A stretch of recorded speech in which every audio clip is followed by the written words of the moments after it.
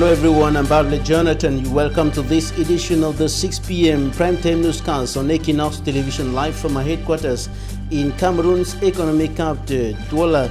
Few hours after the election of a new president in the Republic of Cameroon, citizens and of course the international community are now awaiting the results that will be published by the Constitutional Council according to the law within a deadline of 15 days. And Minister Tanganji Paul reiterates to Cameroonians and the international community that no one has the right to publish election results, not even trends, except the Constitutional Council.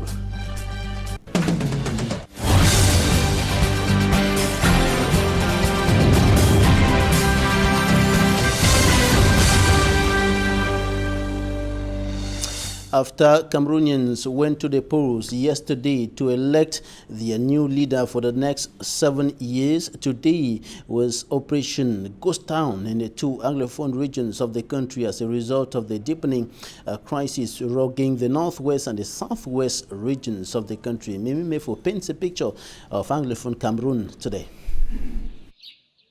One day after the presidential election in Cameroon, streets in Bamenda are without vehicles and pedestrians, traders and buyers absent in business premises and markets. On this sunny afternoon in my Frequent, only sounds of birds could be heard. The St. Paul Junction was not any different. Equinoxe Television spent over 1 hour at Mendankwen, but the street remained deserted. It is only in this part of Bamenda where a vehicle was spotted and less than a dozen of individuals. Their stay by the roadside was short-lived. At the custom junction, gendarmerie officials were mobilized to maintain security in the area and react in case of any eventuality. In Kumba, the gate of the main market was opened, but it was not business as usual. Sonak Street, Bisek Junction, and the amusement park were empty but calm. The post-election day coincides with the Ghost Town Day observed Mondays in the conflict-hit northwest and southwest regions. This has been a tradition for close to 2 years now. And yesterday was a busy day across the Republic of Cameroon as citizens headed to the polls to choose a new leader for the country for the next 7 years. The presidential election in Cameroon was adversely affected by the Anglophone crisis in the northwest and the southwest regions of the country. However, voting took place in those two regions without any major incident. Derek Jato makes a roundup of election day in the southwest regional chieftown Boya. 7:40 a.m. October 7, 2018. Bilingual Grammar School Moliko Boya Polling Center, accommodating 13 polling stations. The polling agents are waiting for the electoral materials. It is after 8 a.m. The situation is the same at Government Technical High School Moliko Boya. So have you called the letter? Yeah, I called, they said they are coming. 8:20 a.m.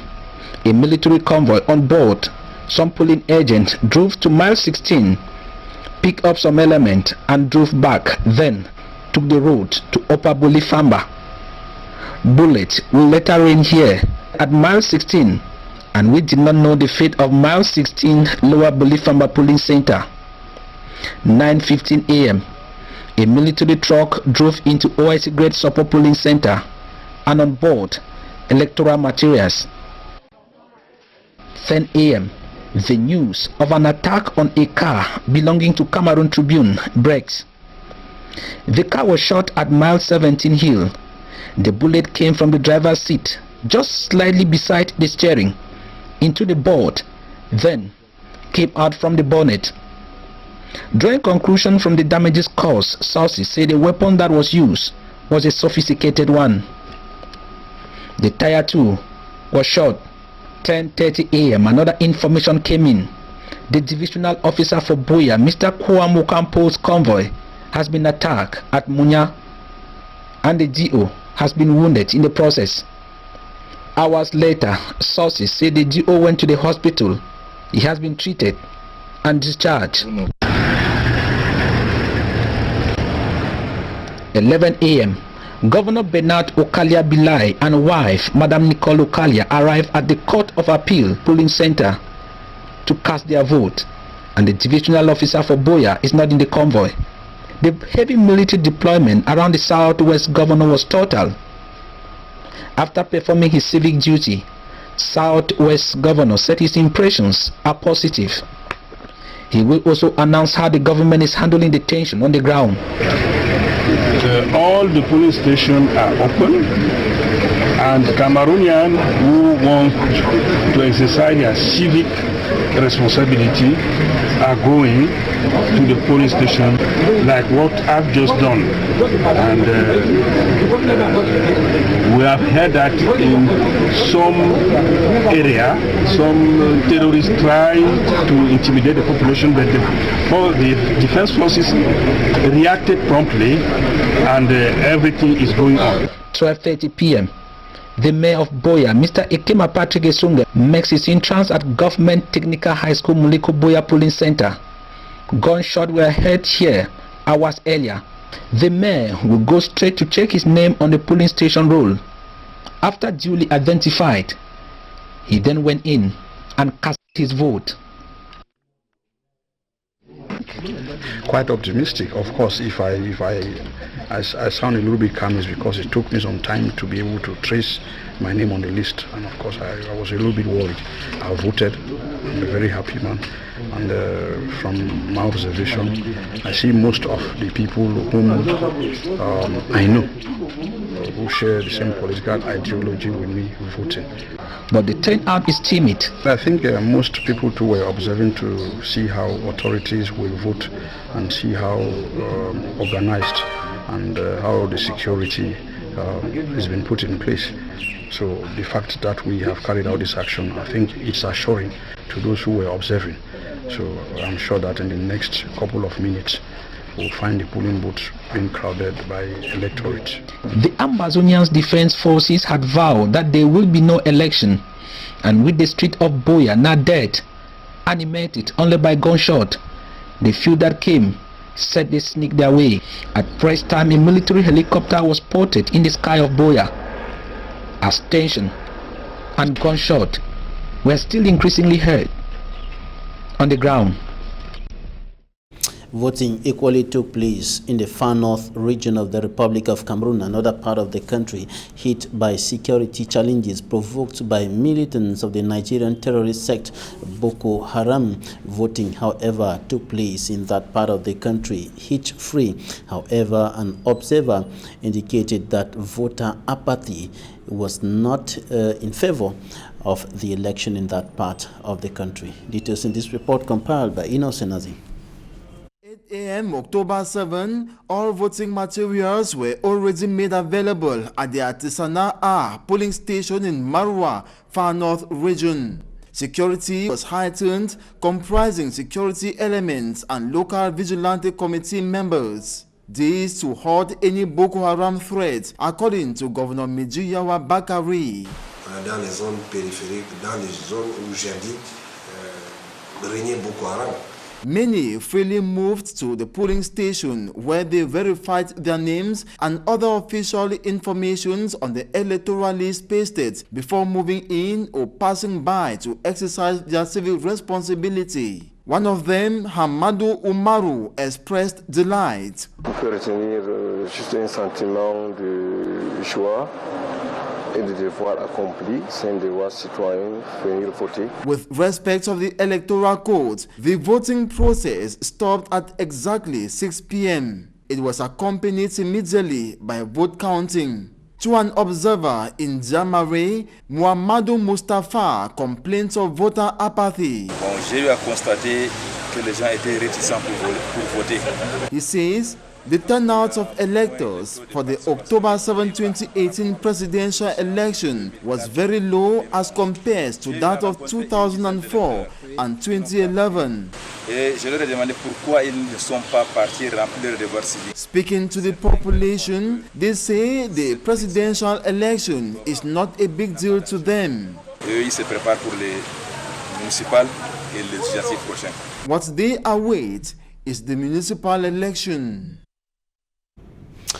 And the Minister of Territorial Administration, Atanganji Paul, came out shortly after the election ended at 6 p.m. yesterday to evaluate the unfolding of the election across the national territory. And he emphasized on the point that only the Constitutional Council of the Republic of Cameroon is mandated by the law to publish results of the election. And he indicated that no one is authorized to publish not even the trends of the elections. And details in this report compiled by Mimi Mefo. 7 October 2018, Cameroonians participated freely and in all sovereignty. The Minister of Territorial Administration has described the general conduct of the October 7th presidential election as void of hitches. This process began with the convening of the electorate on July 9, 2018. 9 candidates were retained by the Electoral Board of Elections Cameroon and confirmed by the Constitutional Council. After the closure of the polling stations, information at their disposal indicate that electoral process generally went on hitch-free in calm, serenity and transparency throughout the national territory. Minister Paul Atanganji, however, cited 2 cases of what he called minor incidents in the BAM and Inobo and in Baham. Apart from 2 minor incidents registered in Makenene, Mbam and Inubu and Baham Upper Plateau, where a sympathizer of a political opposition party was found in possession of ballot papers of another candidate, all went well in the 360 subdivisions of Cameroon and the 24,988 polling stations.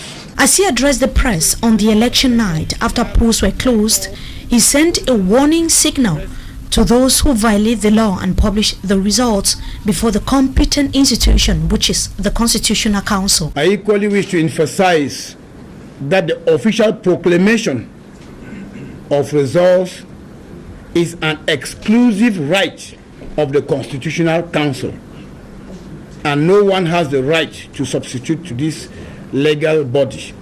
Any form of challenge to the verdict of the polls other than the constitutional legal means will not be tolerated. Paul Atanganji also challenged political parties to show proof of democracy by accepting the result of the election.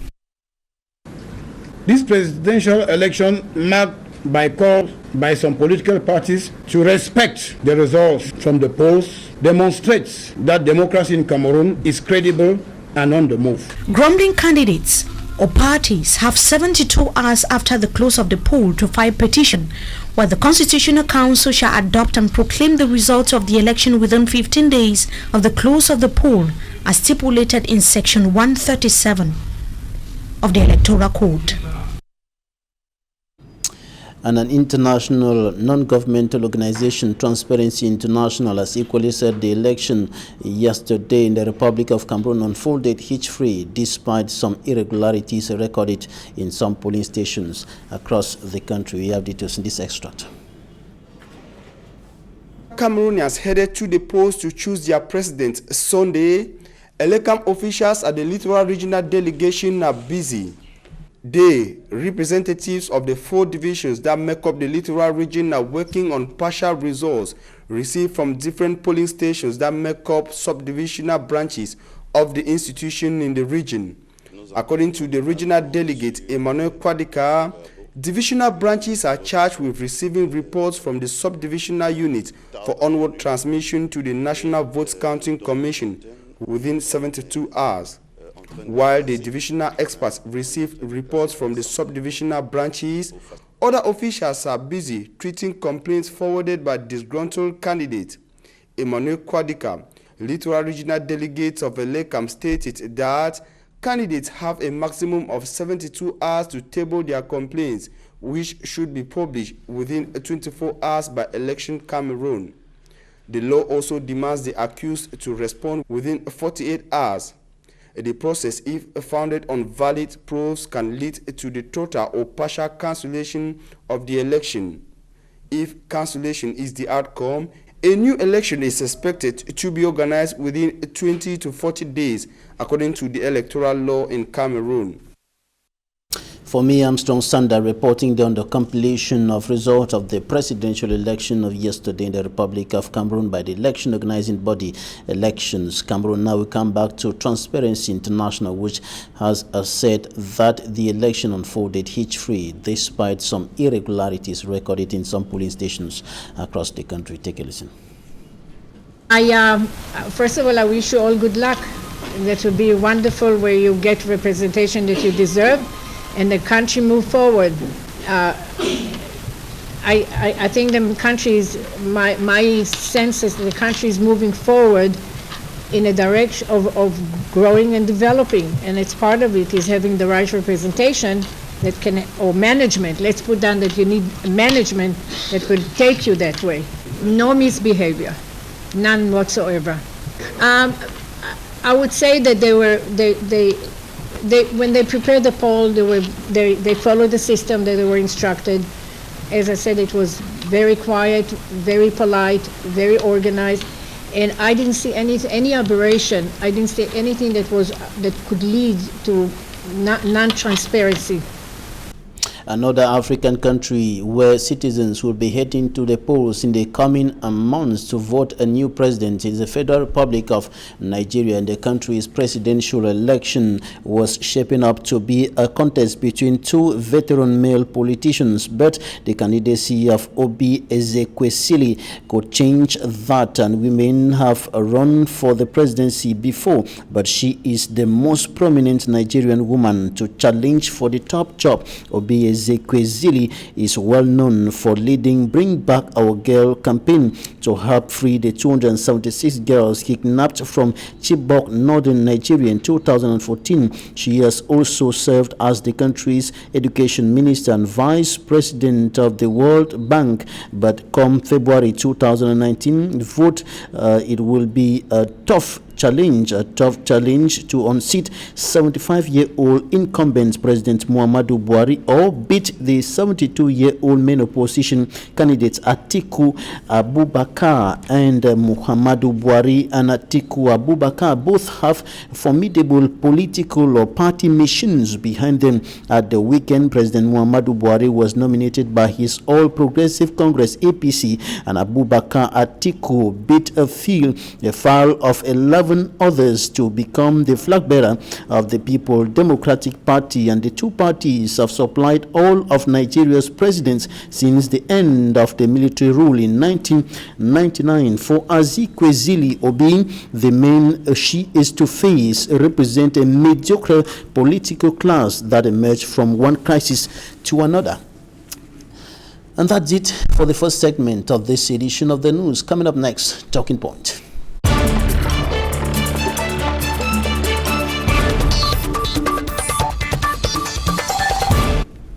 Thanks for joining us in Talking Point. We are receiving a senior political scientist, former Minister of Forestry and Wildlife of the Republic of Cameroon, and of course, member of the Cameroon People's Democratic Movement, CPDM political party, Professor Elvis NGOLE. You're welcome.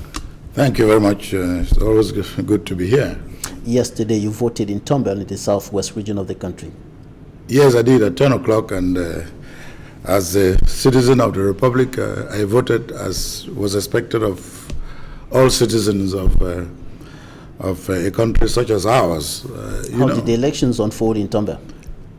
From what I observed and from what I know since, I agree with the observer of Transparency International. It was calm, it was peaceful, and the state services in charge of security and others and territorial administration, I think they did a good job to make sure that there was order, and there was obviously some that were gripped by fear, but as citizens, it's our civic duty to express our free choice. After all, there's freedom in Cameroon, and No one doubts that.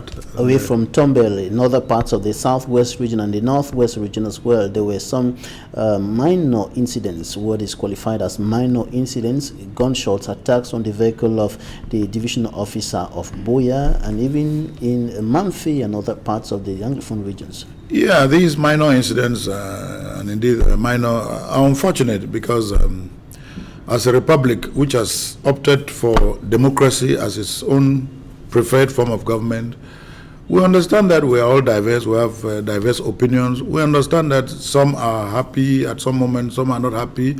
But at the end of the day, it is our responsibility as citizens of the republic to express at a given moment when the state organizes an election, to make that free choice. And when we're making that free choice, we understand that we're all diverse, we have different opinions, we have different affiliations, but at the end of the day, an election is not a war. An election is not a competition to destroy. An election is a defining moment to construct, to discover each other and to find common ground in order that we can be comfortable with whoever. Now, globally speaking, from a global perspective, as a political scientist, what's your take on the unfolding of the election across the national territory? Well, my take is that many Cameroonians have shown maturity. I think that there are three main lessons that we see from the way this election has gone on yesterday, or since the campaigns began. First, I think that you can see that Cameroonians are pretty creative and are capable of being creative. I think there was a lot of creativity in this election, and we could see the creativity on the part of Cameroonians, on the part of all the actors. Secondly, I think Cameroonians have shown in this election that while they may not all be that educated, while they may not all have professional jobs, but they are not foolish, they are not stupid. Cameroonians have shown that they are rational, they can be mature, and that no one can deceive them so easily. They know, they understand the issues, and that makes me feel comfortable about our future. And the third lesson that we can learn is that given the minor incidences, which are rather unfortunate, I think that what it shows is that while we are mature, while we are capable, while we are creative, and with the freedom we've got, we still have to be honest and humble enough to know that we still have some perfection to do. We are perfectible. I think that we understand that all of us strive to be perfect, and that what we've seen yesterday in the election is that these minor incidents should not have happened, because they don't need to happen. Now, they happened. What's the impact these incidents can have on the credibility and the legitimacy of this election and the person who will eventually emerge as a winner in this election?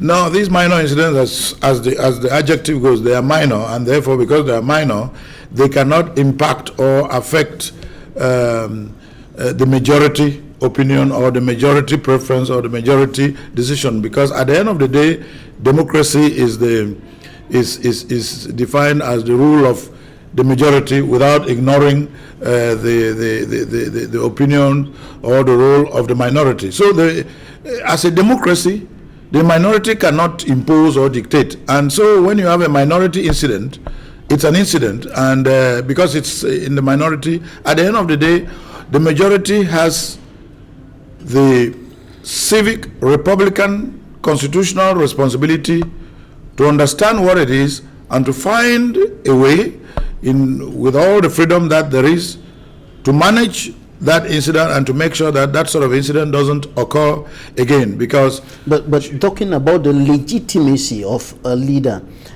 when we look at the fact that there are thousands of people who are in the bushes in the northwest and southwest regions of the country, and they did not vote. There are thousands of Cameroonians, hundreds of thousands, who are in neighboring Nigeria, and they did not vote.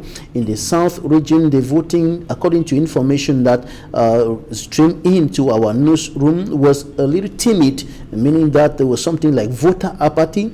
And in the far north region, equally, an observer complained of voter apathy, which means that there is a significant number of Cameroonians of voting age who didn't take part.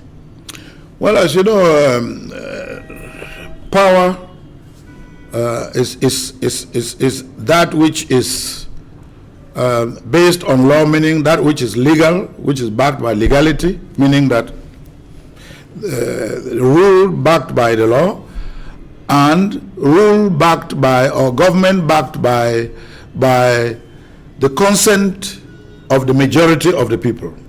Now, when you measure legitimacy by the numbers that are in the bush or that have decided not to participate, or that will be a negative way of looking at legitimacy. Legitimacy is a positive thing. That is to say, you look at those who have participated based on freedom, because they're not forced. They participated, and because of that participation, their participation is recognized, acknowledged, and counted.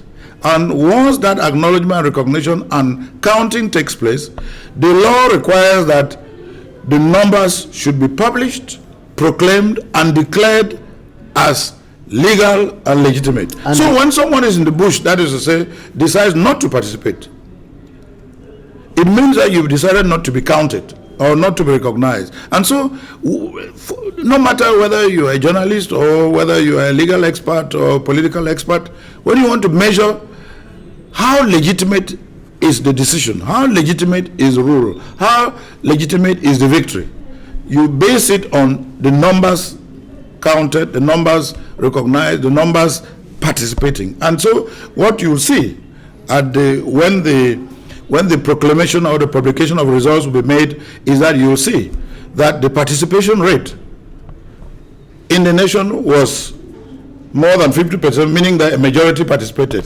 Therefore, that's legitimacy. Now, when you look at the northwest and southwest, the northwest and southwest constitute 2 out of the 10 regions of Cameroon.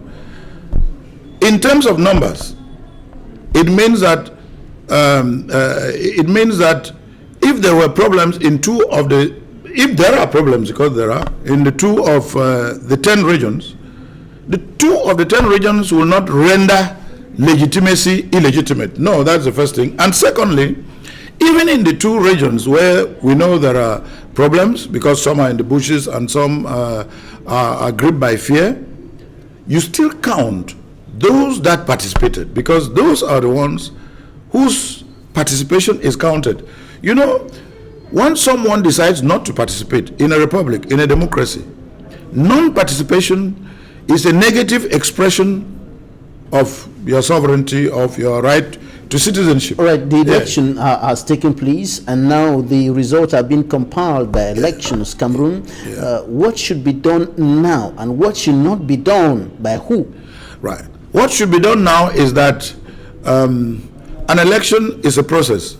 There is a period before the election, there is the day of the election, and there is the day after the election. The period before the election is when citizens transform themselves into militants of various political associations or affiliations that we call political parties. They act as militants because they wish that their candidate of choice will be the one that will win the vote at the end of the day. They are right to do so, because in a democracy, we're all driven by freedom. Yesterday, the Minister of Territorial Administration made an outing warning against the publication of result trends, and even the result itself, emphasizing that only the Constitutional Council has the authority to do so. No, the minister was right to do so, because, you know, an election is a democratic test, it's a republican test, and all elections, by definition, in concept, are initiated by a state authority. Not political parties don't initiate elections,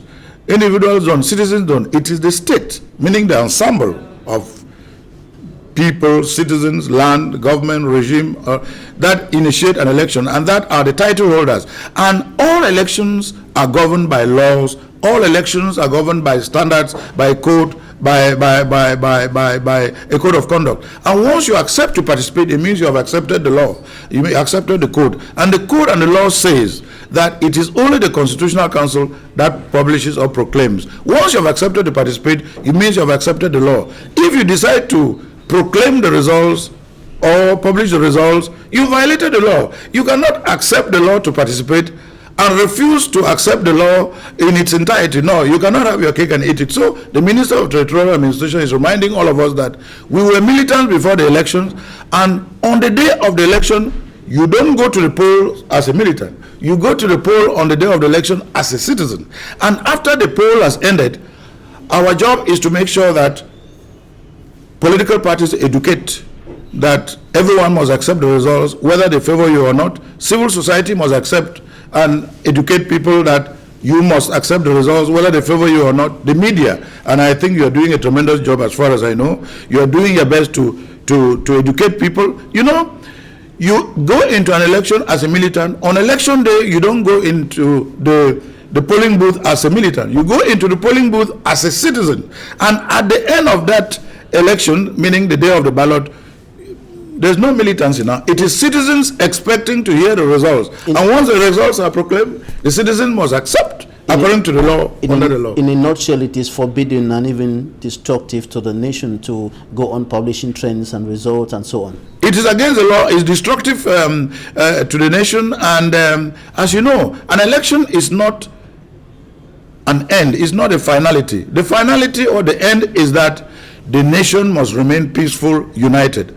And whatever you do on the day of the election, before, on the day and after the election, that injures or places the nation at risk, puts peace, unity at risk, you are against the law, you are against the republic, and you are not being a responsible citizen. And I think we have a duty to be responsible and to be law-abiding. In a nutshell, I'm sure you're confident that your candidate, because of the CPDM Paul Biya, is heading to victory. I will not want to come to that. Professor Elvis NGOLE, former member of the Cameroon government, former Minister of Forestry and Wildlife, senior political scientist. Thanks for coming.